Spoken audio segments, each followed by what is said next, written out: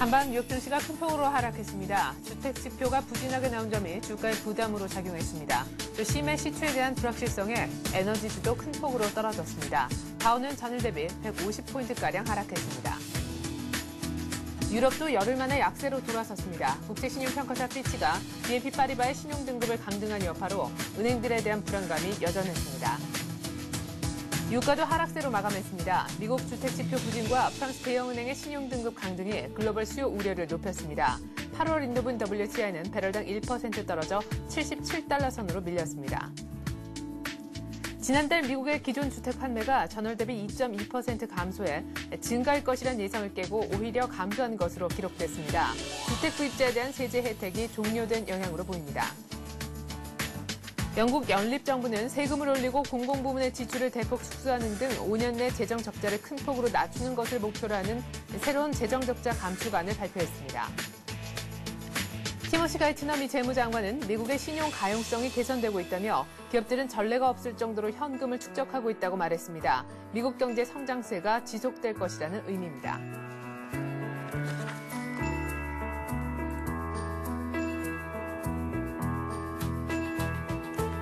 안녕하십니까. 굿모닝 센증시의 최혜린입니다. 새벽에 혹시 거리 응원 나가셨나요? 우리 한국이 사상 처음으로 원정 16강 진출이라는 쾌거를 달성한 판입니다. 하지만 뉴욕 증시 분위기는 딱히 좋지 못한 상황인데요. 150포인트가량 급락을 했다고 합니다. 주택시장 더블딥 우려가 고개를 들었기 때문인데 개장 직후 전후로 해서 나왔던 5월 기존 주택 판매가 증가할 것이라는 예상을 깨고 급감했다는 소식입니다. 에너지주 관련 얘기도 들리고 기술주 중심의 애플이 계속 선전하고 있다는 소식도 들려오고 있는데요. 주택시장 부진에 대한 우려가 높아지고 있습니다. 또 자세한 글로벌 증시 전문가와 함께 알아보죠. 한맥투자증권 김관수 차장 전화 연결합니다. 안녕하세요. 네, 안녕하십니까. 네, 우리 한국 축구 소식과는 대조적으로 뉴욕 분위기는 안 좋네요. 한국 축구는 16강에 진출했는데 우리 증시도 빨리 16강에 진출했으면 하는 바람입니다. 네. 일단은 미증시의 흐름이 상당히 좋지 않게 끝났습니다. 다른 거는 없지만 기존 주택 판매가 예상보다 급감하는 모습을 보여주면서 이 더블딥에 대한 우려가 다시 이어졌고요. 또 미국 법원에서 심해 석유 시추에 대한 유예 취소 판결을 내렸는데 또 백악관에서 즉각 항소한다는 이런 얘기가 나오면서 그 불확실성이 여전히 이어지고 있습니다. 가이트너 미 재무장관이 신용 가용성에 대한 개선 그리고 미국 경제에 대한 그 향후 지속적인 성장에 대한 지속 언급을 했지만은 이런 것들이 시장을 올려놓지 못하고 결국에는 매물에 막히면서 끝나는데요. 단기 급등에 대한 차익 매물이 나오면서 전체적으로 매물 좀 심했고요. 애플이 아이패드 출시 이후에 300만 대를 판매하면서 IT를 중심으로 한 전체적인 매수는 좀 들어오긴 했지만 주택이라든지 은행 또 유럽에서 들어온 악재 이런 것들이 시장에 연결되면서 결국에는 하락 마감하는 모습을 보여줬습니다. 네. 자, 주택 관련 지표가 계속해서 좋지 못하지만 간밤에 나온 기존 주택 판매. 사실 예상은 그런대로 괜찮을 것이라는 예상을 했었는데요. 사실 걱정이 오늘 밤에 나올 신규 주택 판매였지 기존 주택 판매는 그렇지가 않았지만 예상 밖에 급감하는 아주 안 좋은 결과가 나왔죠.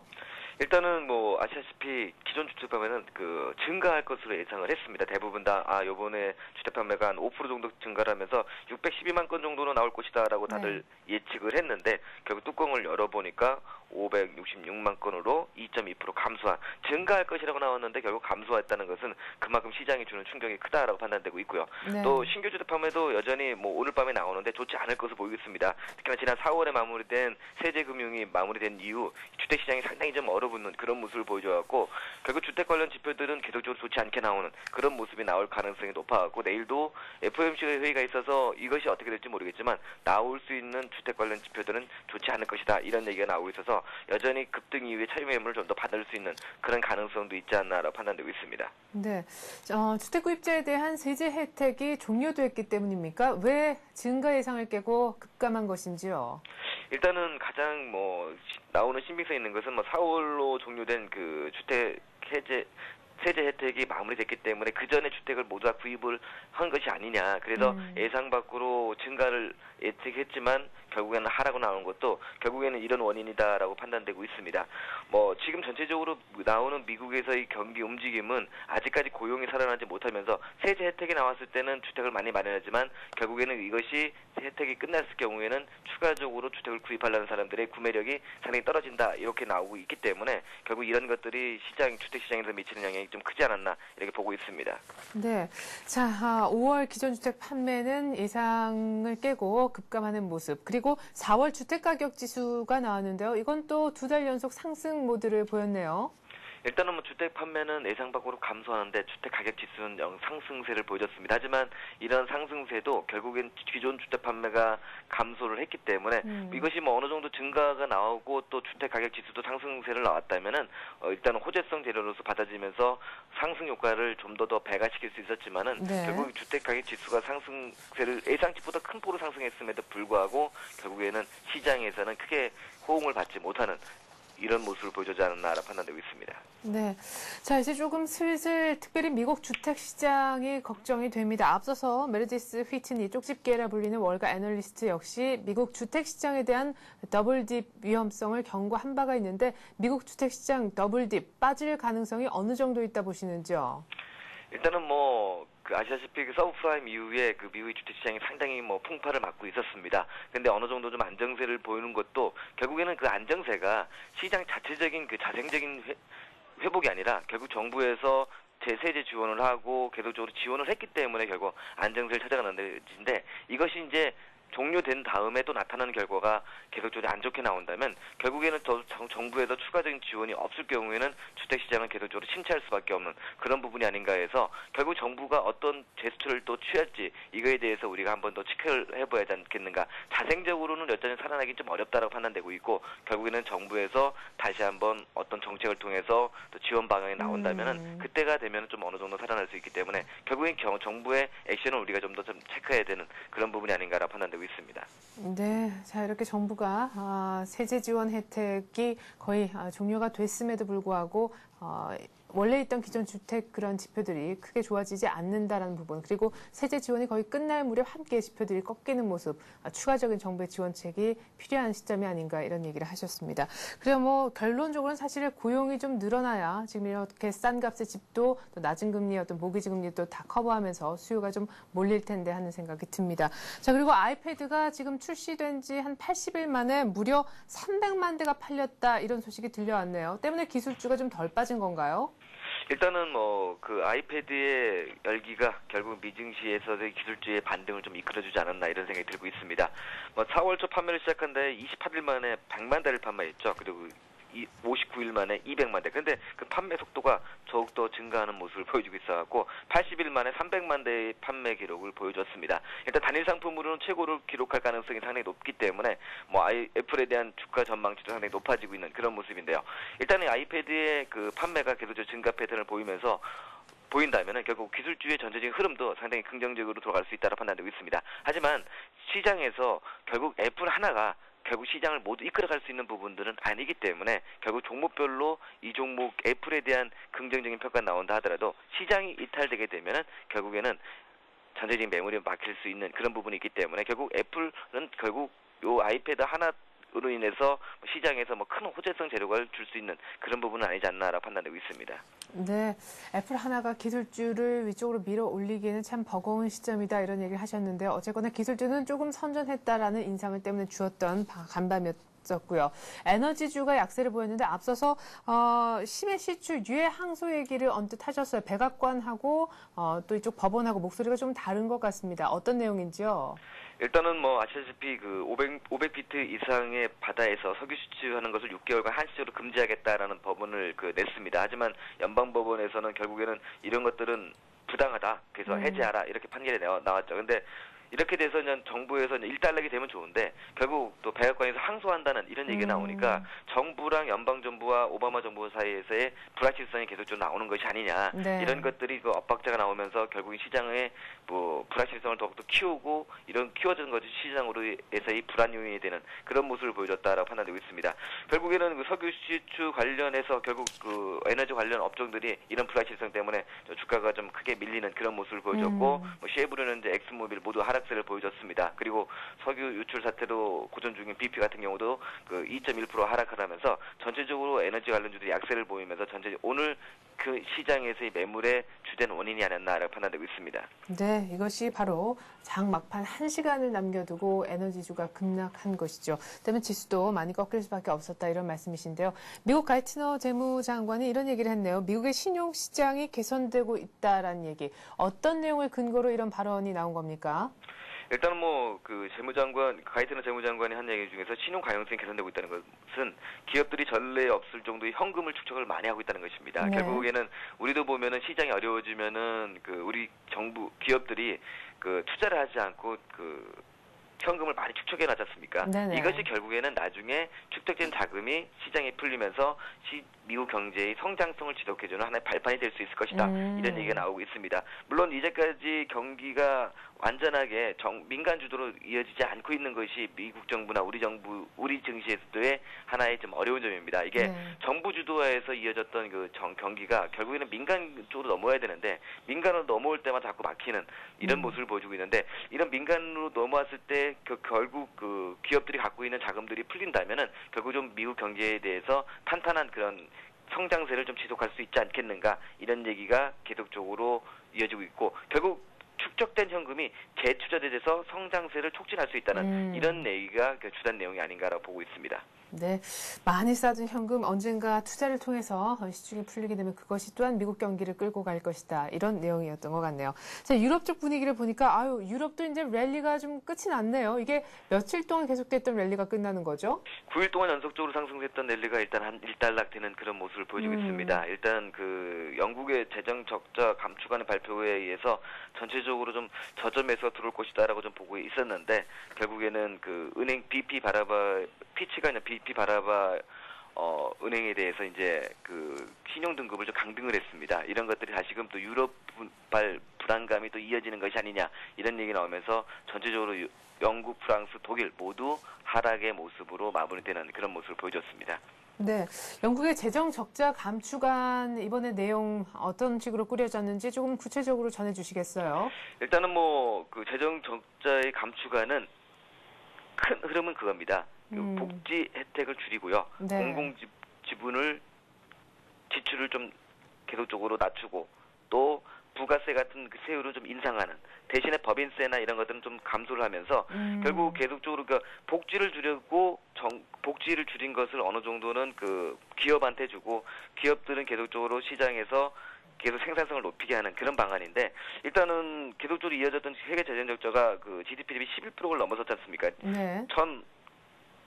555억 파운드 정도의 GDP 대비 11% 정도의 재정 적자를 좀 이어갔는데 이것을 5년 내에 좀 상당히 많이 낮추겠다라는 그런 목표치를 갖고 이번에 재정 적자 감축안을 발표했는데 물론 이것이 될지 안 될지는 좀 더 지켜봐야 됩니다. 근데 독일이나 영국이나 프랑스도 보면은 기본 내용은 다 똑같습니다. 공공 부분을 줄이고 복지를 줄여서 네. 이것들을 재정 적자이기 때문에 이것이 결국에는 크게 신빙성이 있겠느냐라는 내용들도 많이 나오고 있습니다. 물론 획기적인 부분들이 아니라 독일, 영국, 프랑스가 모두 나온 재정 적자 감축안이 다 획일적이고 동일한 그런 모습이라서 이런 부분들이 결국에는 시장에서 먹힐 수 있느냐 이런 부분들도 좀 나오고 있어서 이런 부분들 좀 체크해 보이지 않겠나라고 판단되고 있습니다. 네, 그리고 이번 주 주말에 드디어 또 캐나다에서 G20 정상회의가 열리게 되는데 주요국 유럽 쪽에서는 은행세를 물리는 것에 합의를 보았다라는 소식이 들어왔네요. 일단 요번에 재정 적자 감축안에서도 기본 고입이 유럽에서 은행세를 도입해서 이 은행세로 재정 적자를 오늘 감하겠다 이런 얘기 나오고 있는데요. 네. G20 정상회담을 앞두고서 성명을 발표했기 때문에 결국 이것들이 어느 정도 합의가 된 상태라고 얘기를 합니다. 그래서 요번에는 도입이 돼서 결국에는 재정 적자 감축안을 어느 정도 바탕을 실현해 나가는데 하나의 초석이 될 수 있다라고 얘기를 하고 있는데요. 결국에는 이런 것들도 결국에는 시장에서는 아직까지 크게 환영하는 그런 부분은 좀 있긴 하지만 그렇게 이것으로 인해서 결국 재정 적자가 완전하게 실현될 수 있다.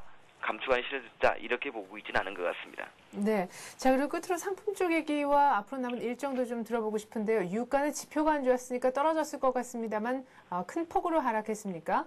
유가는 크게 지표가 하락했지만 크게 하락하지는 않았습니다. 75센트 정도 하락을 했는데요.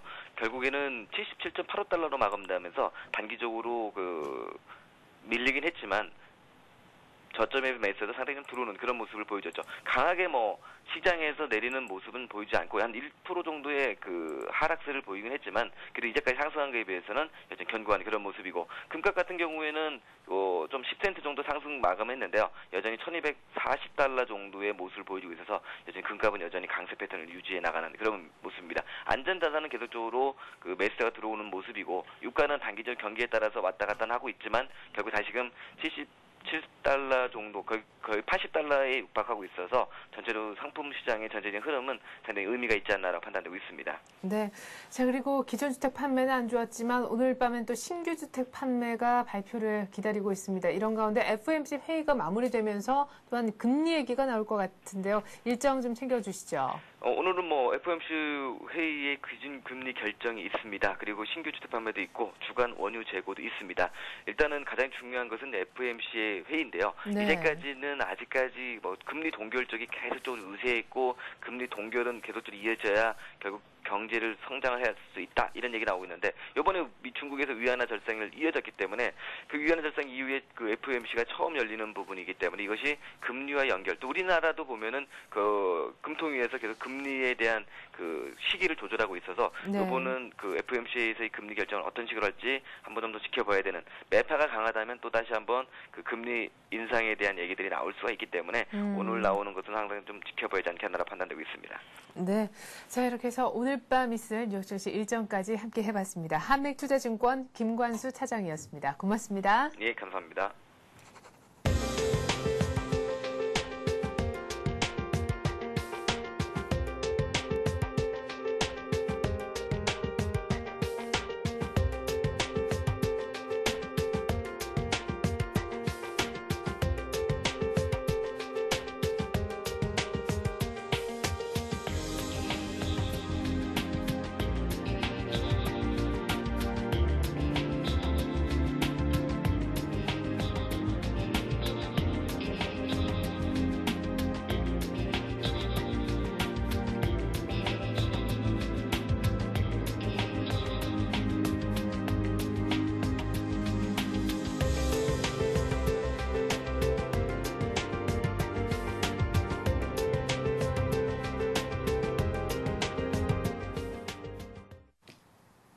네, 보셨다시피 간밤에 뉴욕 증시는 주택지표 부진에 더블-D 우려가 커지면서 150포인트가량 급락을 했습니다.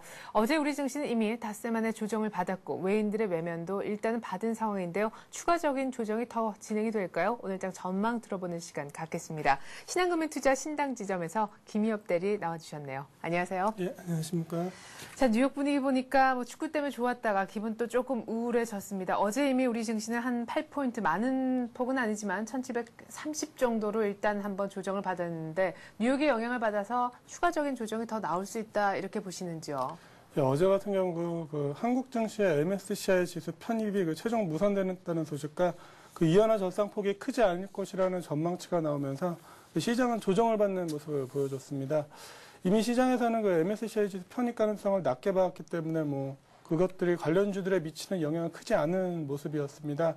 근데 이런 부분들, 그리고 미국에서 어제 또 장 초반, 미국에서 더블-D 우려가 좀 부각이 되면서 장이 하락을 했기 때문에, 그리고 우리 시장도 보면 요즘 최근에 기존 주도주들보다는 다른 종목들이 좀 움직이고 있습니다. 그래서 조정이 정고점을 뚫는 데 대한 부담감을 좀 많이 느끼고 있는 것 같습니다. 네. 자, 그러면은 글쎄요. 위안화 절상 기대감 때문에 많이 올랐던 것이 어제 조금은 진정이 됐었고 앞으로 실적 모멘텀이 또 남아있기도 한데 전고점 돌파가 그럼 단기간에 좀 돌파하기는 어렵다 이렇게 보시는 건가요? 시간이 좀 걸리겠다는 전망이신가요? 예, 지난 주말 중국에서 위안화 절상을 위한 사전 작업으로 위안화 환율 체계를 기존의 변동제로 복귀한다는 방침을 밝히면서 시장에 큰 이슈가 되고 있습니다. 또한 위안화 절상과 함께 이익 모멘텀이 기대되는 국내 기업들의 어닝 시즌이 돌아오면서 고점 돌파에 대한 기대감은 지속될 것으로 보입니다. 네. 다만 지금 봐야 할 것은 이미 전고점에 도달해 있는 지수대가 부담이 된다는 점입니다. 또한 위안화 절상 이슈가 부각되면서 원화 가치도 동반 상승했다는 점도 주목해야 할 될 점입니다. 그 1,200원대를 유지했던 환율이 그 원화의 동반 강세로 급격하게 진행된 점들은 향후 그 위안화 절상이 나타나더라도 우리 수출 기업들에게 그 호재만은 아니라는 점을 보여주고 있습니다. 네. 그 또한 그 최근에 급격한 지수 상승으로 지수 부담과 함께 급격하게 늘어나고 있는 환매 및 기관 매도세에 주목을 할 필요가 있을 것 같습니다. 그 원화 환율의 급격한 하락으로 그 외국인 투자가들의 환차익 메리트가 줄어들고 있고 이런 점을 감안하면 외국인 매수세의 둔화 가능성도 현재 있는 상황입니다. 따라서 그 현 지수대에서는 적극적인 매수 대응은 리스크 부담이 적지 않으면 그 염두에 둘 필요가 있습니다. 그 시장 접근은 IT나 자동차 등 기존 주도주들보다는 그 위안화 절상 수혜 종목군 중심으로 그 조정 시 매수 관점에서 보시면 될 것 같습니다. 그리고 그 구조조정 이유를 논하고 있는 저평가된 대형 건설주나 그 위안화 평가 절상 이야기가 나오면서 원화 환율도 강세를 보일 가능성이 높기 때문에 그 전통적인 원화 강세 수혜주에도 지속적으로 관심을 가질 필요가 있어 보입니다. 네. 자, 일단은 뭐 전 고점에 거의 또한 얼마 지금 갭을 남겨두지 않고 있는 현 지수대 자체가 부담인 가운데 기관의 어떤 펀드 환매 물량도 분명 도사리고 있다는 점, 외국인들도 지금 환차익 관련해서 좀 지금 전반적인 사태를 봤을 때도 외국인들이 어제 8거래일 만에 매도하는 것은 또한 연속성을 담보하기 좀 어렵다는 방증이 될 수도 있겠죠. 어쨌거나 크게 좀 호재로 반응을 했었던 위안화 절상에 대한 이슈도 일단 어제 좀 불을 끈 그런 상황인데요. 기존 주도주보다는 위안화 절상 수혜주를 일단 보는 것도 괜찮다라는 언급을 하셨는데 기존 주도주가 그래도 실적 모멘텀은 있어서 계속해서 들고는 있으되 포트폴리오 정도를 조정하라 이런 의견도 있거든요. 그럼 역시나 비슷한 의견이신지 아니면 잠깐이라도 일단 포트폴리오에서 빼는 것까지를 말씀하시는 건죠? 기존 주도주들 같은 경우는 이제 실적 시즌에 돌입을 했기 때문에 좀 상당히 좀 기대치가 높은 상황입니다. 네. 2분기도 그 사상 최대 실적이 기대되고 있다는 그 리포트들이 많이 나오고 있습니다. 하지만 아직 실적 발표가 돼 있지 않은 상황에서 실적에 대한 기대감이 너무 큰 상황이고 그 자동차주와 IT, 화학업체의 경우 주가에도 이미 호실적이 반영이 됐다고 할 만큼 가격도 많이 올라와 있는 상황입니다. 이런 상황에서 위안화 절상 이슈가 절상 이슈는 기존 IT와 그 자동차 일변도의 시장 상승에서 그동안 못 올랐던 업종들에게도 기회를 줄 수 있을 것으로 보입니다. 우선 중국 업체들과 치열한 가격 경쟁을 펼치고 있는 철강 및 조선주의 경우가 가장 직접적인 수혜를 입을 것으로 보입니다. 그 위안화 절상 기대와 함께 그 원화의 동반 강세가 나타날 경우 원화 강세 수혜주로 그 외화 부채 비율이 높은 항공, 해운 등 운송 관련주들이 혜택을 볼 수 있을 것으로 보입니다. 그리고 그 기존 주도주를 가지고 계신 분들 같은 경우 나빠서가 아니라 많이 올라와 있는 상황이고 지금 상황에서 최근에 지수 상승 시에도 좀 상대적으로 약한 모습을 보여줬습니다. 네. 매도의 관점으로 보실 필요는 없겠지만은 그 틈새 시장으로 위안화 관련주라든가 이런 건설주들 이런 것들이 틈새 시장으로 상승을 할 수 있기 때문에 동시에 좀 보시면 될 것 같습니다. 예. 자, 그러면 일단 위안화 절상 관련해서 말이죠. 철강이라든가 조선, 뭐 전통적인 중국주라고도 할 수 있고 위안화 절상되면은 아시아 그 통화 가치가 함께 올라가기 때문에 우리 원화 강세 수혜주도 함께 틈새 시장의 어떤 종목군으로 생각해 보면 좋겠다라는 얘기셨는데요. 그런데 위안화 절상 관련해서 어제 이미 그 전일에 반응한 것이 너무 오버슈팅이었다라는 것이 시장에 좀 팽배한 분위기였단 말이죠. 역시 관련 종목군들도 조금은 숨을 고르는 모습도 보여졌거든요. 예, 맞습니다. 조심해야 될 부분이 위안화 절상이라는 변수가 증시에 미칠 수 있는 영향력은 현 시점에서는 좀 과도한 그런 좀 오른 폭이 있었습니다. 네. 중국이 관리 변동제로의 복귀를 현실화하더라도 당장 올해 위안화의 절상 속도는 크게 제어될 가능성이 높습니다. 다만 중국 정부의 경제 정책 목표가 내수 경기 부양에 따른 수출과 내수의 균형 있는 발전이기 때문에 중국 내수 수혜주들이 관심을 받고 있는데요. 이미 주가가 많이 오른 부분, 그리고 중국의 내수 경기 성장이 가시화되는 데는 시간이 걸릴 수 있기 때문에 이런 점을 주의를 좀 하시면서 투자를 하셔야 될 것 같습니다. 네, 그리고 앞서서요, 구조조정 이후를 지금 논하고 있는 저평가된 건설주도 보자고 하셨었고, 제 기억으로는 지난주는 건설주 특별히 한 종목 정도 아주 깊이 있게 얘기까지 나눠봤던 기억이 나는데, 아직까지 건설주가 좀 반등을 하는 것 같다가 또 다시 조금 꺾였다가 좀 그런 상황이지 않습니까? 시원하게 계속 연속적인 반등을 못하고 있는 상황인데, 그래도 역시 건설주 좀 저평가되기 때문에 매력적이다 이렇게 보시는 건가요? 제가 건설주를 몇 주 전부터 계속해서 말씀을 드리고 있습니다. 예. 말씀을 드리는 이유가 건설주 같은 경우는 다른 종목들과 같이 어떤 상승세가 유지되면서 한 번 더 올라오고 그런 개념이 아니라 네. 대형 건설사들 같은 경우 바닥일 수 있다는 관점에서 말씀을 계속해서 드리고 있는 겁니다. 항상 종목이나 업종에 돌아갈 때 그 업종 전환 자체가 될 때를 보면은 어떤 악재가 많이 나오고 경기가 좀 안 좋을 때입니다. 근데 네. 대형 건설사들 같은 경우는 사실 실적 모멘텀으로만 본다 그러면 그렇게 나쁜 상황이 아닙니다. 뭐 네. 대림산업도 그렇고 GS건설, 현대건설 다 보면은 퍼가 뭐 8배 이하, 7배, 6배 그리고 PBR 기준으로도 1배 이하인 경우가 많습니다. 그래서 네. 이렇게 저평가된 국면이 없었는데 어찌 보면 정부 정책이 따라주지 않으면서 그 외부 악재들로 인해서 지금 주가가 많이 하락을 해 있고 최근에 좀 올라왔다고 하지만 절대 가격 기준으로 하면 아주 상대적으로 많이 싼 편입니다. 네네. 근데 지금 6월 들어서 6월, 7월 초까지 해서 만약에 구조조정안이 나오고 퇴출기업 명단이 다 발표가 되고 난다 그러면은 그 어떤 악재가 하나 소멸한다는 점에서 건설주들을 봐야 될 것 같습니다. 그리고 건설주는 산업 특성상 그 정부의 어떤 대책이 좀 나와줘야 움직일 수 있는데 네. 아직까지 그럴듯한 내용은 없지만 만약에 나와준다면 주가가 지금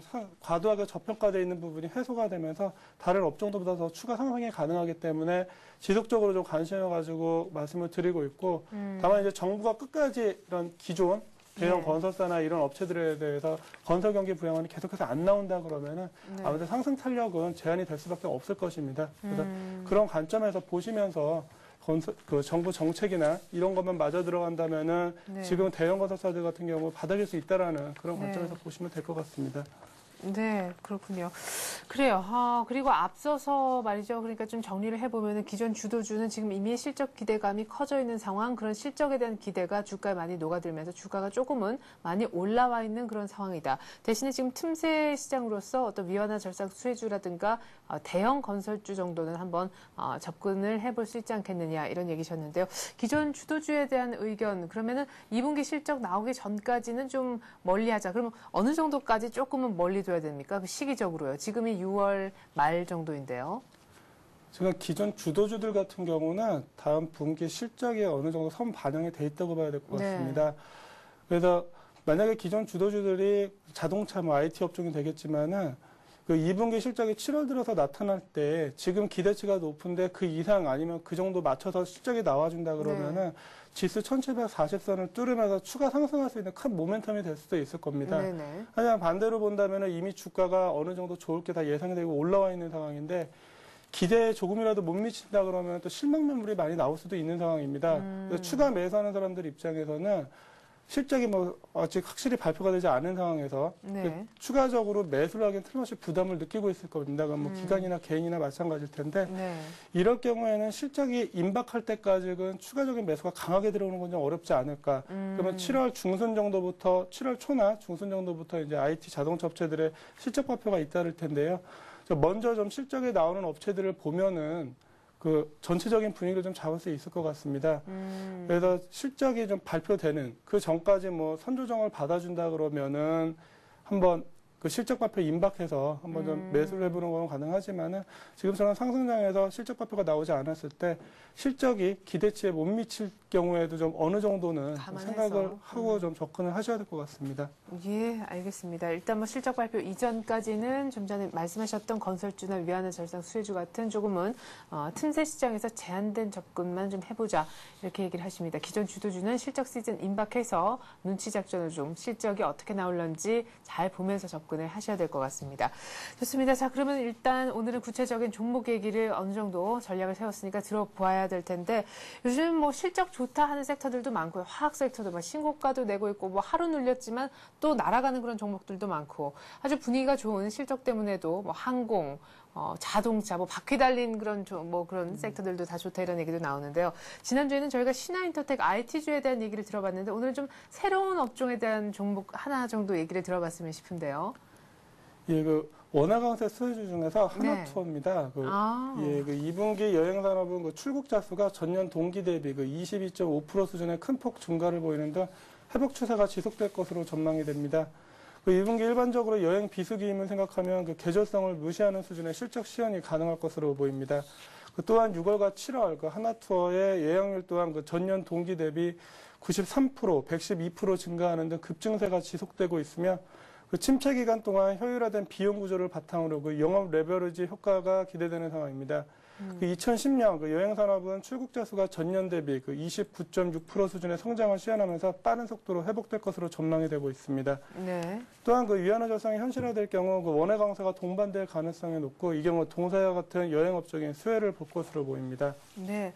자, 이미 하나투어도 뭐 거의 한 전고점 인근까지 지금 올라와 있고, 지금 계속 연일 오르고 있다라는 여행주 소식, 또 뭐 항공주 얘기 저희가 많이 접하셨으리라 미리 짐작을 하는데요. 하나투어 지금 많이 올라왔지만 뭐 전고점도 뚫고 실적 좋기 때문에 더 갈 수 있다 이렇게 예상하시는 거죠? 제가 그 지난 3월과 4월경쯤에 대한항공과 하나투어를 번갈아가다 한번 추천을 했었습니다. 네. 근데 대한항공 같은 경우는 그 이후에도 계속해서 추가적으로 상승을 계속 보여줬고 하나투어 같은 경우는 상대적으로 최근 며칠 기간 매수가 들어오면서 좀 반등을 해주긴 했지만 전고점을 돌파 못하는 상대적인 좀 부진한 모습을 보였었습니다. 그래서 지금 차트 보시면은 그 4월 이후에 좀 상대적으로 올라가다가 빠져버린 게 그 실적 네. 모멘텀에 대한 기대가 상당히 컸었는데 그리고 4, 5, 6월 같은 경우 실적도 좋았습니다. 네. 다만 그 계절적인 비수기였다는 점, 그 비수기 이유를 그 한번 좀 봐야 되겠다는 좀 심리가 강했던 것 같습니다.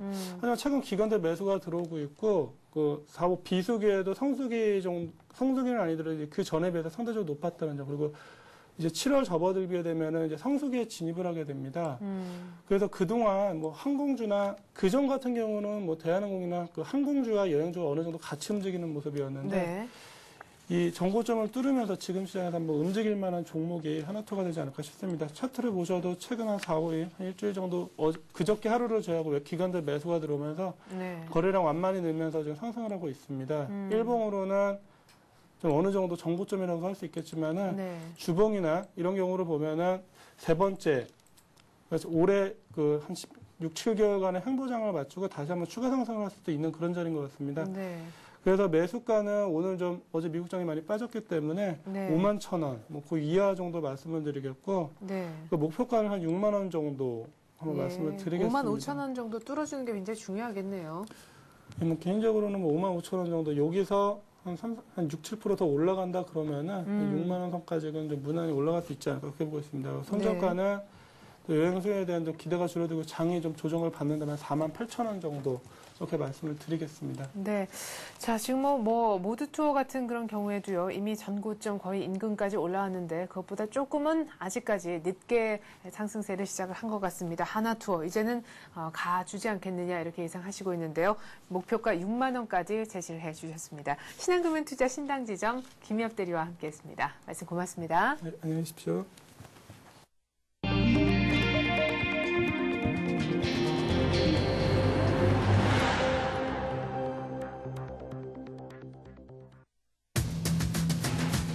새벽에 열린 2010 남아공 월드컵 B조 3차전 나이지리아와의 경기에서 한국팀이 2대2 무승부로 16강 진출을 확정 지었는데요. 한국 축구대표팀의 사상 첫 원정 16강 진출에 새벽거리 곳곳이 들썩였습니다. 과학 비즈니스 벨트 조성을 핵심 내용으로 담은 정부 제출 세종시 수정안이 국회 표결에서 결국 부결됐습니다. 수정안과 원안을 놓고 벌써부터 충청권 주민과 입축키로 했던 기업들 사이에서 논란이 일고 있는데요. 앞으로 남은 국회 일정까지도 들어보도록 하겠습니다. 지방선거가 끝나고 금융위기 후유증이 거치면서 공공요금 인상이 가시화되고 있죠. 하지만 억눌렸던 공공요금이 한꺼번에 오른다면 가뜩이나 경기 회복에 따른 물가 인상 요인이 커진 상황에서 공공요금발 인플레이션이 현실화될 수 있다는 우려가 제기되고 있습니다. 이런 가운데 국제신용평가사 피치사는 한국 경제가 글로벌 경제 회복세로 혜택을 입을 것이기 때문에 전망이 낙관적이라면서 다만 우려되고 긴밀히 봐야 하는 점이 인플레이션이라고 말해 주목을 끌었습니다. 최고 123층 높이 서울 잠실 제2 롯데월드가 마침내 착공에 들어가게 됐습니다. 서울시가 건축위원회에서 관련 건축안을 통과시켰는 데다가 롯데그룹이 제2 롯데월드 건립을 추진한 지 15년 만에 일이 됐습니다.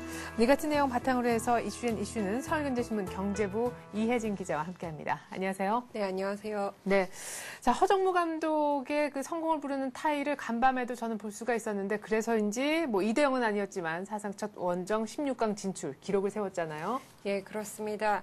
한국 시간으로 오늘 새벽 3시 반이죠. 남아공에서 열린 B조 조별리그 3차전에서 한국은 나이지리아와 2대2로 비겼습니다.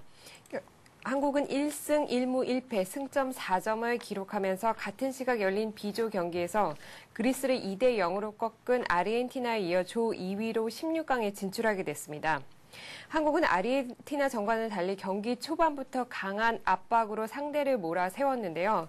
하지만 전반 12분에 나이지리아의 우체국이 아쉬운 선취골을 허용하기도 했습니다. 네. 그러나 전반 8분에 골 넣는 수비수 이정수의 동점골로 가슴을 쓸어내렸습니다.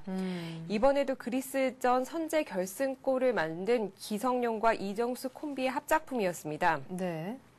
또 한국은 후반 시작하자마자 박주영의 그림 같은 프리킥으로 역전골을 기록했습니다. 후반 24분에 야쿠브에게 페널티킥을 허용해서 아쉽게 2대2로 무승부를 기록하긴 했지만 사상 처음 원정 16강의 그 기록을 달성하게 됐습니다. 이에 따라 오는 26일 오후 11시 이번 주 토요일인데요. 네. A조 1위인 우루과이와 함께 8강 티켓을 놓고 맞붙게 됩니다. 네. 자, 허정무 감독 갈 때까지 가겠다. 아직까지는 양이 안 찬다. 이렇게 얘기를 했는데요. 예, 우루과이와의 토요일 밤 경기, 양 차는 경기 기대하겠습니다. 자, 그리고 지방선거에서 여당이 일단 패한 이후에 사정상 세종시 수정안이 원안대로 이제 수정안대로 추진이 되기가 좀 어렵다 이런 분위기가 많았는데 역시나 예상했던 대로 결국 국회 상임위 표결에서 부결됐다는 소식이 들려왔네요. 예, 그렇습니다. 어제 열린 국회 국토해양위 표결에서 제적위원 31명이 참석해 반대 18표, 찬성 12표, 기권 1표로 세종시 수정안이 부결됐습니다. 한나라당 친이계 의원이 찬성표를 던졌지만 야당과 한나라당의 친박계 의원들이 대거 반대표를 행사했습니다. 이명박 정부가 수정안을 추진한 지 약 10개월 만의 일인데요. 충청권 출신의 정운찬 총리까지 기용하면서 야심차게 추진했던 세종시 수정안이 결국 물 건너가게 됐습니다. 네. 자, 그러면 문제는 앞으로 문제가 될 것 같습니다. 앞으로 국회 남은 일정들이 어떻게 되죠?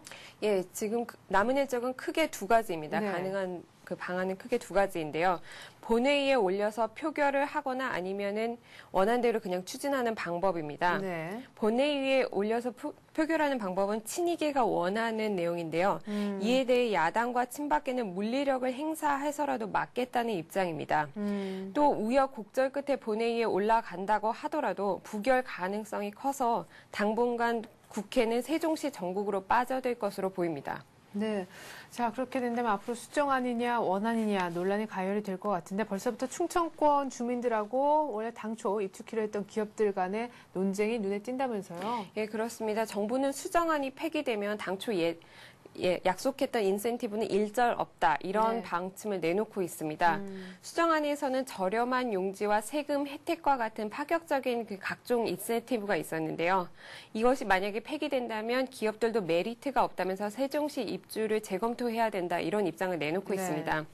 충청권 주민들의 반응은 찬성 반, 우려 반입니다. 이번 선거를 통해 민심은 확인했지만 혹시나 수정안이 폐기되고 원안이 추진되면서 약속했던 인센티브가 줄어들고 대기업이나 대학교들이 오지 않을까 봐 우려하고 있습니다. 당분간 이에 따라서 원안과 수정안을 놓고 정치권과 충청권에서 찬반 논란이 가열될 것으로 예상됩니다. 네. 자, 그리고 최근에 물가 불안 조짐이 계속해서 드러나고 있습니다. 이미 소비자 물가, 생산자 물가에서 좀 불안한 모습들 감지가 됐었고, 이어서 유가라든가 철광석 같은 원자재값 분위기도 심상치가 않았는데요. 이런 가운데 선거 끝나고 나니까 역시 예정했던 대로 하반기에 공공요금 인상할 수 있다, 이런 목소리도 커지고 있습니다. 이런 가운데 공공요금발 인플레 폭탄이 터지는 것이 아니냐, 이런 우려가 제기되는 것도 무리가 아니겠어요. 예, 금융위기 이후 억눌렸던 공공요금 인상이 한꺼번에 이루어질 듯한 그 모양새입니다. 네. 정부가 이미 전력과 가스요금 인상은 공식화했고요. 지방자치단체가 관리하는 상하수도 및 시내버스, 지하철 요금 등도 요금 인상이 추진되고 있습니다. 우선 전력과 가스의 경우에는 하반기에 당장 오를 것으로 보입니다. 정부는 명분도 있다는 입장인데요. 에너지 절약 시책 차원에서 현실화가 필요하다. 이게 정부의 주장입니다. 네. 전기 요금이 너무 싸다 보니까 난방을 위해서 보일러 대신 전기장판을 트는 식의 에너지 역전 현상이 있다는 겁니다. 네. 대중교통 요금도 언제든 인상이 가능한 상황입니다. 서울시가 원가에 못 미치는 지하철 요금과 시내버스 요금 인상을 검토하고 있는데요. 하반기에 약 200원 정도 시내버스 요금이 인상될 것으로 보이고요. 지하철 가격도 이에 연동해서 비슷한 수준으로 오를 것으로 보입니다. 부산의 경우에는 그동안 시민단체 반발로 요금 인상이 미뤄지고 있었는데요. 다른 지자체에서 올리게 될 경우엔 도미노처럼 번질 것으로 보입니다. 이외에도 고속도로 통행료나 우편 요금, 상하수도, 철도, 고속버스 요금 등도 각 기관에서 현실화가 필요하다면서 목소리를 높이고 있어서 인상 압력이 큰 상황입니다. 네, 말씀하신 대로 공공요금이 인상이 되면 그 파괴력이 엄청나기 때문에 사실상 물가 인상 압력이 그 어느 부분보다도 커질 수 있다 이렇게도 볼 수 있겠는데요. 뭐 정부가 대책이 있으니까 이런 얘기를 했겠다 싶거든요. 물가 관리 대책, 정부의 입장은 어떤 것입니까? 예, 정부는 물가 관리에 신경을 쓰겠다. 얼마 전부터 이렇게 강력한 목소리를 내고 있는데요. 일단 전력과 가스를 제외하고 다른 공공요금은 동결하도록 방침을 정했습니다. 기획재정부는 오는 7월 중 위기관리 대책 회의를 통해서 이 같은 방침을 각 부서에 전달할 예정입니다. 그러나 언제까지 이거를 동결로 묶어둘 수만 없는 것도 현실인데요. 네. 고속도로 통행료의 경우에는 2006년부터, 고속버스 요금은 2007년부터 동결이 되어 왔습니다.